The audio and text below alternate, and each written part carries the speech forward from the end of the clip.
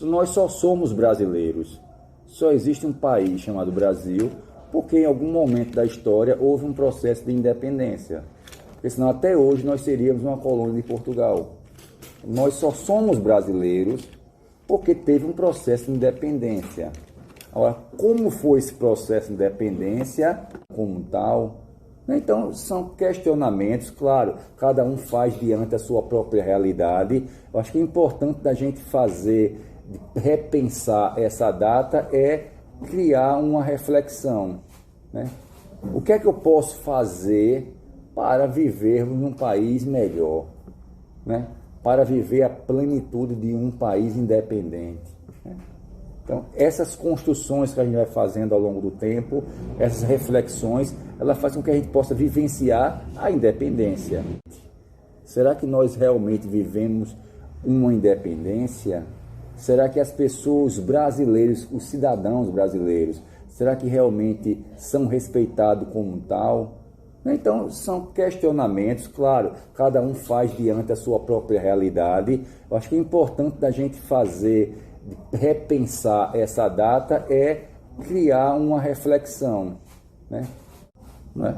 Isso é uma pergunta muito complexa, né?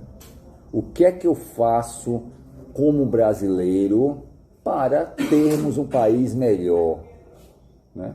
Não é aquela visão de um soldado alucinado que vai para uma guerra matar e morrer. Não estou falando disso, né? Porque muitas pessoas pensam que ser brasileiro, ser patriota, é morrer pelo Brasil. Não é morrer pelo Brasil. É o que eu posso construir para meus filhos, para a sociedade, para mim mesmo, né? Porque a gente tem que pensar o Brasil a partir de uma existência interessante, né? Como eu posso ter uma vida melhor? Ter uma vida melhor também não numa concepção egoísta do eu, não. Mas como a gente pode ter um país melhor? Então, essas reflexões é que fazem com que a gente possa construir uma história. A memória e a história são construções sociais. A gente constrói a nossa realidade. A gente vai determinar o que vai ser? Não. A gente sabe como vai ser? Não. Aquela própria frase do hino de Ska, né? Anseio de um progresso contínuo. Esse progresso contínuo é uma ilusão, né?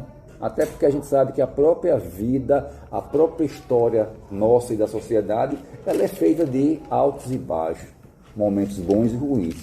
Pensar também o país, a nossa pátria, como um processo de construção. E não algo que cai do céu, que vem de mão beijada, não. Então a independência do Brasil ela tem essa importância, porque ela faz com que a gente tenha essa possibilidade de vivermos a nossa cidadania. É o único país na América e do Novo Mundo que teve uma peculiaridade, que foi a família real no período da colônia. Então isso fez com que o Brasil também fosse o único país da América que se configurou numa monarquia. Então o Brasil tem algumas peculiaridades, nem por isso é melhor do que os outros. Mas o Brasil tem essas excentricidades, né? O Brasil é o único país da América que, em lugar de formar uma república, formou um império. A gente tivemos dois imperadores, né? Dom Pedro I e Dom Pedro II. Posterior a isso é que o Brasil tornou-se uma república. Então o Brasil inicia a sua independência não como uma república, como os demais países foram, mas como uma monarquia.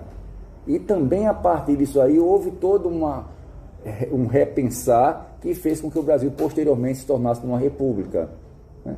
Então a independência ela tem esse caráter de unificação do território, né? Até porque estava havendo insurgências. A gente tem a própria Inconfidência Mineira de 1789, a Conjuração Baiana de 1798 e a própria Revolução Pernambucana de 1817, que são insurgências, revoluções anterior à independência. E quando chega o ano de 22, as pressões também internacionais, como Portugal, de fazer com que o Brasil voltasse à situação de colônia. Então Portugal começa a exigir que o Brasil, até porque com a família real no Brasil, em 1808, o Brasil depois é elevado à categoria de Reino Unido, né? Com o passar do tempo, quando chega em 1820, Dom João volta para Portugal, mas deixa aqui o seu filho, Dom Pedro I, o príncipe regente. E a partir daí começa os entraves entre Portugal e o Brasil. E a partir desses entraves, Dom Pedro, espertamente, ele vai começar a construir alianças para se manter no poder. Então, a primeira conduta que ele vai fazer é no 9 de janeiro de 1802, o dia do fico. Ele vai ter aquela frase célebre que é: para bem de todos, né, e felicidade geral da nação, diga ao povo que fico. Claro, ele vai dizer isso baseado no próprio interesse, não é para o bem da nação, é para o bem dele como governante e daqueles seus ali, para permanecer no poder, porque ele sabia, se não ficasse no Brasil, retornasse a Portugal, as elites ali, os senhores de engenho, fazendeiros, etc., políticos, né, e pessoas influentes, né, intelectuais, e se voltasse, perderia esse governo, né, perderia o Brasil para grupos que já estavam se insurgindo.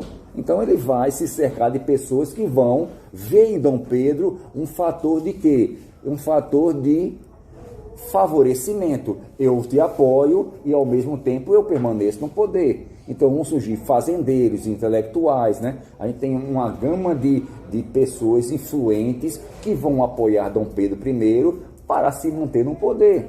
E isso vai dar certo, porque ele vai construir alianças, né? Ele fazia parte da própria maçonaria. A maçonaria ela vai ser fundamental na independência, porque a maçonaria é um grupo intelectual e político e econômico bastante influente. É quando ele chega em São Paulo, diante de uma longa viagem com mais de 3 semanas de cavalgada, em cima de mulas, burro, né? Passando privações. E no próprio 7 de setembro há relatos históricos que ele passa por uma situação gastrointestinal bastante difícil. Tem uma dor de barriga lá, diarreia, que vai estar bastante comprometido. Claro que a gente está falando isso não por um critério de desonra ou de diminuir, mas são relatos históricos que foram contados baseados nessas evidências.